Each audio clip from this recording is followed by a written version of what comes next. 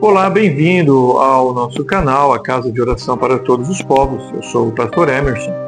Estamos hoje no terceiro episódio, tratando do tema Cura e Libertação pelo poder do Evangelho do Senhor Jesus Cristo. É de conhecimento geral que pessoas em todos os povos sobre a Terra precisam tomar decisões difíceis, algumas vezes em momentos de desespero.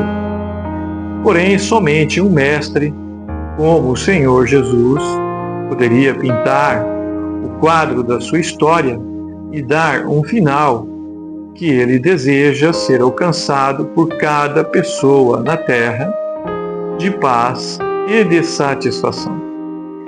E isto é um conceito que serve tanto para ricos quanto para pobres, e também para grandes figuras da humanidade, assim como para o servo mais humilde. O Senhor Jesus Cristo foi até a cidade de Nazaré, onde havia sido criado, e entrou na sinagoga num dia de sábado e abriu as Escrituras no livro de Isaías, capítulo 61, versículos 1 e diante, que passaremos a ler agora, onde está escrito: Eis que o Espírito de Yahvé, o soberano, está sobre mim, porque o Senhor me ungiu para anunciar a boa nova aos pobres. Enviou-me para cuidar dos que estão com o coração quebrantado, proclamar liberdade aos cativos e libertação do mundo das trevas aos prisioneiros da escuridão, para anunciar a todos o ano aceitável de Yahvé, o dia da vingança do nosso Deus, para consolar todos os que andam tristes e dar a todos os que estão de luto e amargurados em Sião uma linda coroa em vez de cinzas, óleo de júbilo em vez de pranto e um manto festivo de louvor em lugar de um espírito abatido. Eles serão chamados carvalhos de justiça, plantação de Yahvé, para a manifestação do esplendor da sua glória.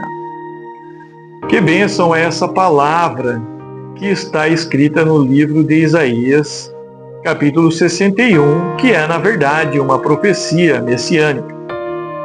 Jesus começou seu ministério na sinagoga de Nazaré por estas palavras que estão registradas aqui, conforme está nos indicando o livro de Lucas, no capítulo 4, versículo 16 em diante.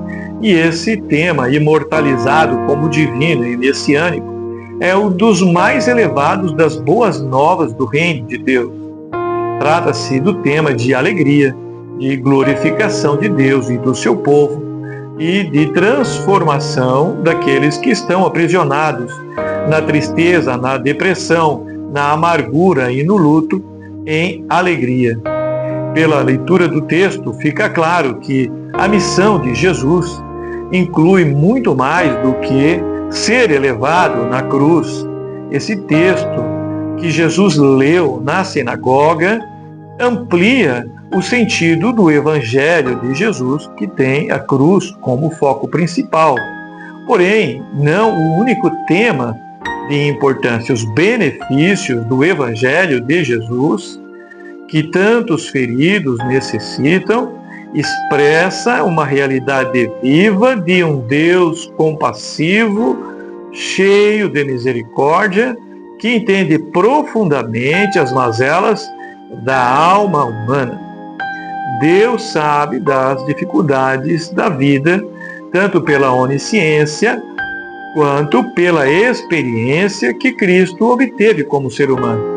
No livro de Hebreus, no capítulo 4 e no versículo 2, nós somos informados que Jesus é o divino sacerdote capaz de compadecer-se das nossas fraquezas, pois ele se fez a nossa semelhança, foi tentado de todas as formas, compartilhou do sangue, da carne, da mesma condição humana, ele mesmo sofreu e por isso ele é capaz de socorrer todos aqueles que de forma semelhante também estão sendo atacados, sofrendo de tristeza, de depressão e de outros obstáculos que impedem a realização da alegria, da satisfação plena da vida humana.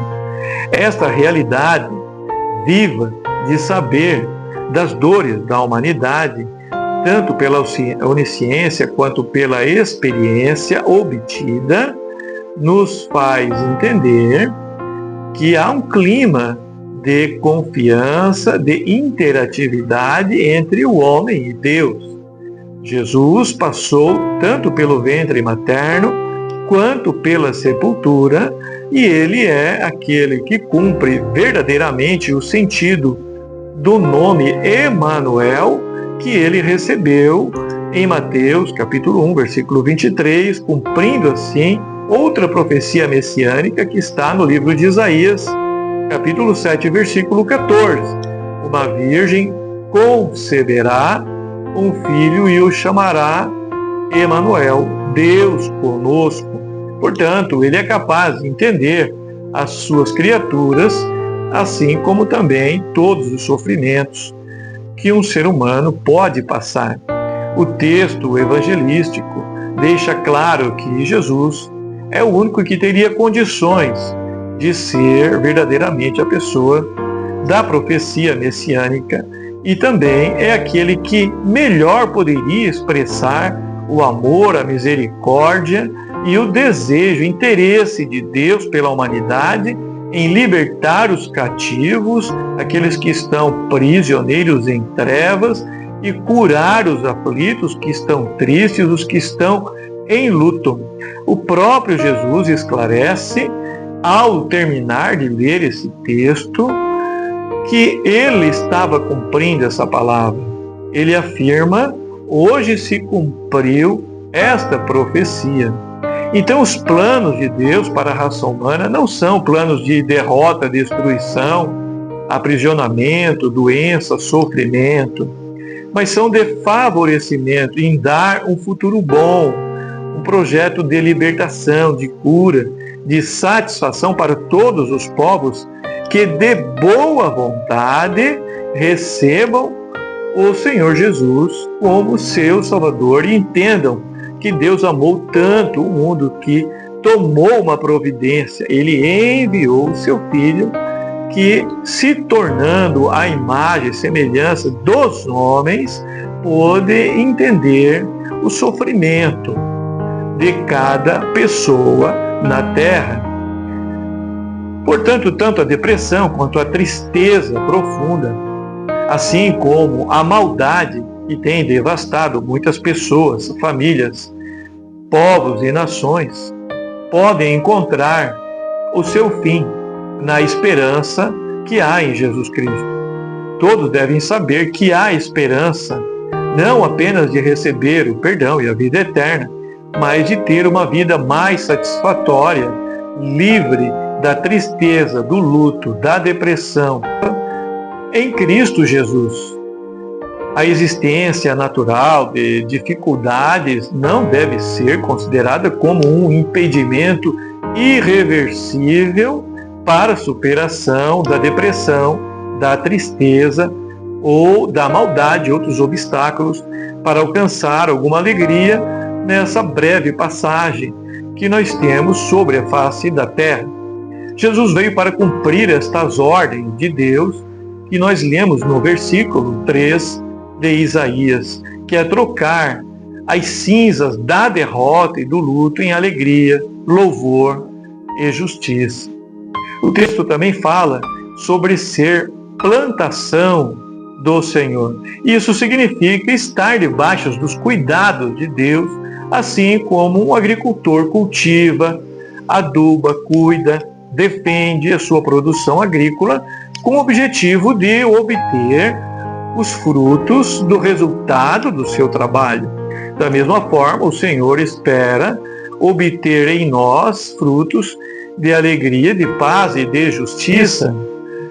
Eu convido você, nesse momento, a colocar de forma sincera diante de Deus toda a tristeza, depressão e angústia que estão presentes na vida de cada um e também estão presentes na vida daqueles que você se importa, aquilo que tem preocupado, angustiado a sua vida, agora, pela fé, pode obter uma transformação de cinzas de luto em alegria, em satisfação.